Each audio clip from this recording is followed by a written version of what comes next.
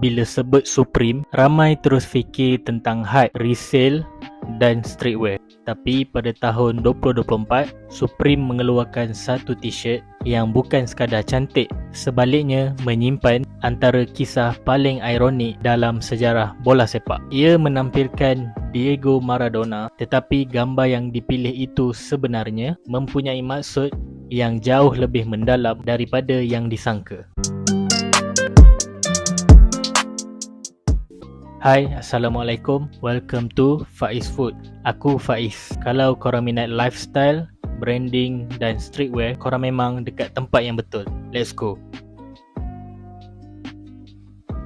Supreme ditubuhkan di New York pada tahun 1994. Supreme bermula sebagai jenama untuk komuniti skateboard sebelum berkembang menjadi antara jenama streetwear paling berpengaruh di dunia. Mereka terkenal kerana hanya memilih individu atau kisah yang benar-benar mempunyai impak budaya. Sebab itu, apabila Supreme memilih Diego Maradona untuk koleksi Spring Summer 2024, ramai tahu pasti ada cerita di sebaliknya.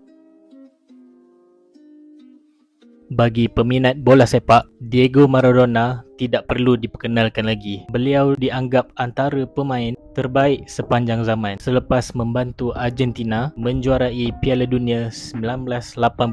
Aksi seperti Goal of the Century dan Hands of God menjadikan namanya kekal dalam sejarah bola sepak dunia.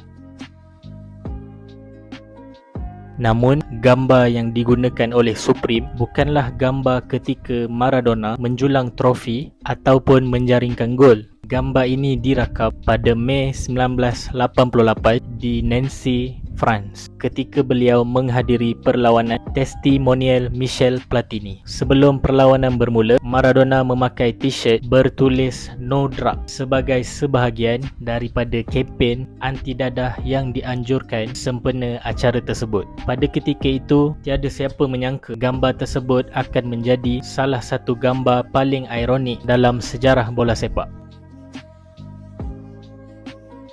Hanya 3 tahun kemudian, pada 1991, Maradona didapati positif menggunakan kokain dan digantung selama 15 bulan daripada bola sepak profesional. Selepas insiden itu, beliau berdepan perjuangan panjang dengan ketagihan dadah yang turut memberi kesan kepada kerjayanya. Disebabkan apa yang berlaku selepas itu, ramai di internet menyangka gambar No Drug tersebut diambil sebagai sindiran selepas penggantungan beliau. Hakikatnya itu tak betul. Gambar itu dirakam 3 tahun lebih awal ketika Maradona masih menyokong kempen anti dadah.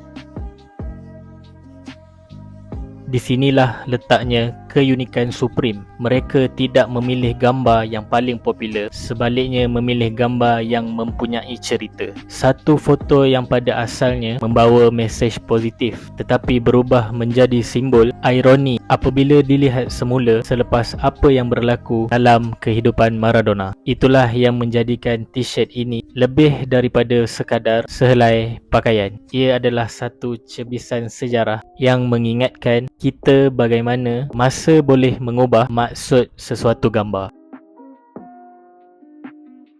Inilah sebabnya aku minat bila dunia bola sepak dan streetwear bertemu. Kadang-kadang apa yang kita pakai bukan sekadar design atau logo, tapi sebuah kisah yang hidup di sebaliknya.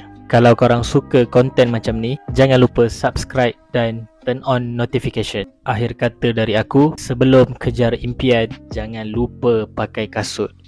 Woo!